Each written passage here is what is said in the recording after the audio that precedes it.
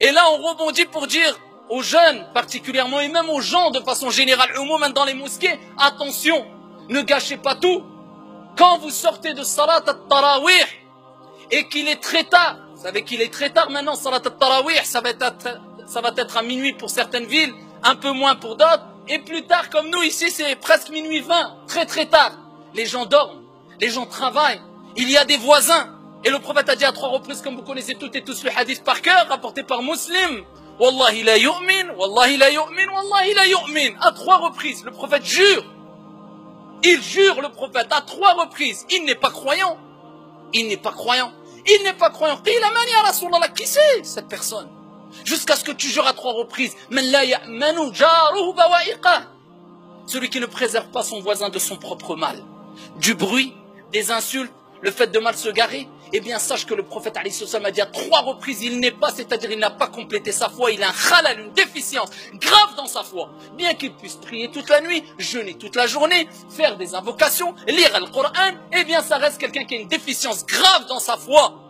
Alors si tu gâches tout, ya Abdallah, en sortant à minuit et demi, quand tu sors de la mosquée, bah autant que tu restes chez toi, pour pas gâcher tout. Quand tu sors de la mosquée, Fansarif ya Abdallah, pars, prends la fuite, rentre chez toi, discrètement, parle doucement, c'est l'heure d'aller dormir, ou de faire qiyamul layl, ou de te reposer, et sache que même la meilleure des créatures, Mohammed alayhi salatu wassalam, avait un temps où il dormait chez lui le soir. Donc rentre chez toi, repose-toi, retrouve ta famille, salli salat al-fajr à l'heure, et ensuite ici repose-toi ou va à tes activités, mais ne dérange pas les gens. Et je m'adresse aussi aux jeunes dans les cités, qui quelquefois ont tendance à rester très tard la nuit, pendant le mois du Ramadan, en attendant la prière de l'Fajr.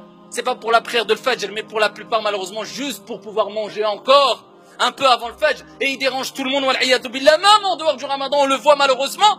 Et des gens qui se disent musulmans, avec tout le respect qu'on leur doit, et on sait qu'il y a un grand bien dans les jeunes de cité, et on ne le généralise pas, mais il y a toujours des petits groupes qui pensent que l'islam, c'est une mode, et c'est une tenue vestimentaire, ou encore une barbe, ou un qamis, wal'iyadu billah, simplement, ça se limite à ça, l'islam, catastrophique.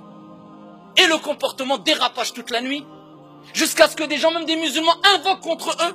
Et combien de jeunes on a vu, et combien d'histoires on a entendues, et on a vécu, où des jeunes musulmans qui dérangeaient d'autres personnes, musulmanes et non musulmanes, dans des quartiers, d'autres personnes invoquaient en ça, contre cette personne-là, jusqu'à ce qu'on entende Foulen met, Allah yarhamou.